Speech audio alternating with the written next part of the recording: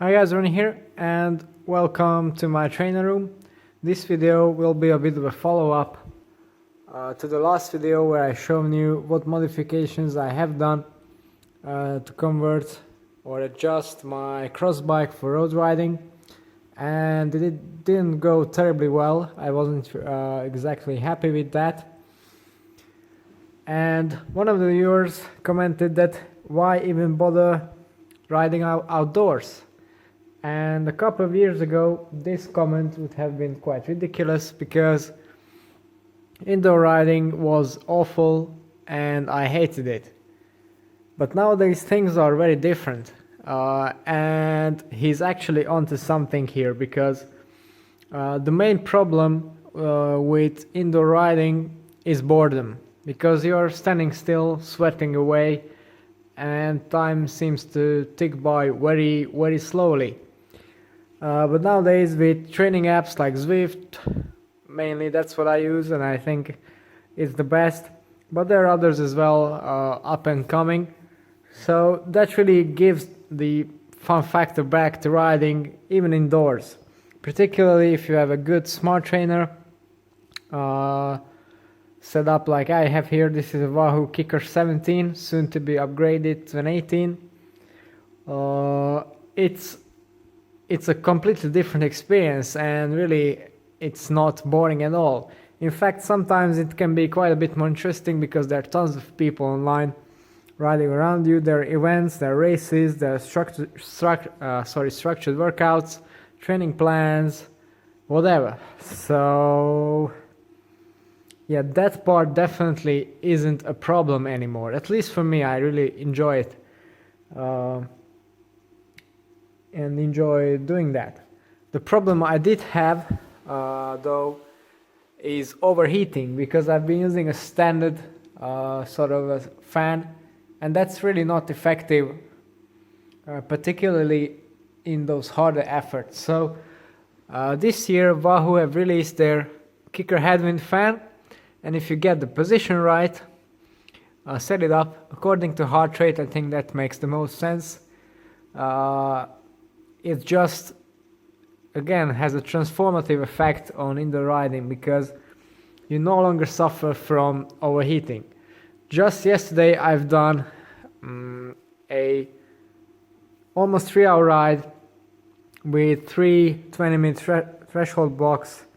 The ride, the average power was, or the weighted average power was 260 watts, so pretty high, and I didn't get that normal feeling of, being drained and sweating so much that if you just had a shower. I was a bit sweaty, but nothing serious, nothing ripping on the floor, flooding the carpet, etc. So it was perfectly normal, perfectly doable, and generally just much more pleasant. And also I think the performance went up. A lot of people complain that they can't put the same amount of power indoors, and for the higher end power, the sprints and the 20-30 second efforts, that's true for me as well. But for those longer efforts, for example the mentioned 20-minute effort, I don't really have a problem anymore. I think it's because of the adaptation. The good thing is about always training in a warm environment is that your body has to adapt. It has to increase your blood volume, and then when summer comes, you don't really get into trouble when the temperature starts going up outside. And it also makes you burn or use more energy. A lot of people think that, well, you have to keep yourself warm outside, so you burn more energy. That's not true. The warmth that comes from exercise is a byproduct. You create it one way or another. But if you're training in a hot environment, you use the energy and expand it for the workout itself, and you have to spend additional energy to cool your body down. So that's where you make it harder for your body, basically, and on the trainer you're doing just that. So that's one point. about power, calories, and there are some other advantages as well. So out on the open road, you're vulnerable to traffic, to weather conditions, to particularly in the winter, to the reaching the end of daylight, running into darkness, all kinds of stuff. Here you have a nice controlled environment. You can train as long as you want. If you run out of water, you just go into the kitchen and have another round of electrolyte drink. As many bottles as you like. You can go as hard as you want because, well, if you just fall off the bike here in the middle of the room, not somewhere outdoors where you can freeze. You can't crash. Well, I say can't, it's technically possible, but doesn't really happen. You can't get a puncture, you can't get a cold, etc. So really now I think there are many more advantages than disadvantages. The thing for me now, 2 or 3 years ago, when my body fat was at around 10%, I could go out in 0 degrees Celsius, do a proper workout without feeling too cold. Maybe my feet were a bit cold, but nothing major. Now, when I'm much leaner, I just have trouble doing that. I don't know if it's directly connected to that, but I just can't. I think I'm acclimatized now. It's been cold for a couple of weeks, but when I go outside on a ride, I just can't get the thermal comfort I used to get. And as a result, my workouts suffer. They're really just about riding and getting back as soon as possible because I'm cold or overheated or both, which is really quite unpleasant. So I can't really focus on any quality stuff. On the trainer, I'm nice and comfy, even if a bit sweaty, but I can do exactly what I want. Be it intervals or just cruising or recovery, anything. You can do exactly what you want. You have a nice controlled environment and you won't run out of daylight. The other benefit is, of course, you're not wearing out your bike.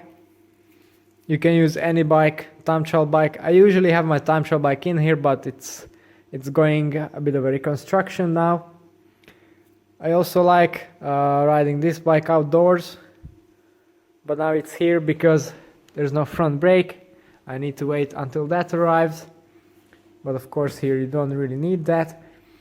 So yeah, now I'm definitely leaning towards the indoor training side of things.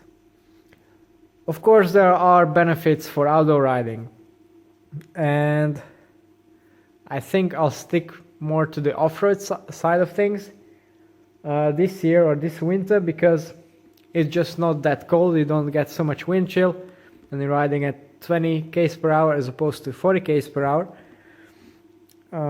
And yeah, your bike handling skills could suffer if you don't ride outdoors for a long time.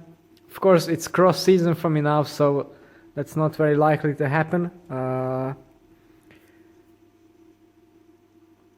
And then, even if it's not very effective, it's good for the morale to just ride outside for those couple of nicer days.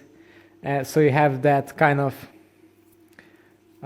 diversity in your training and riding, and then you can still be motivated when you go back to the trainer.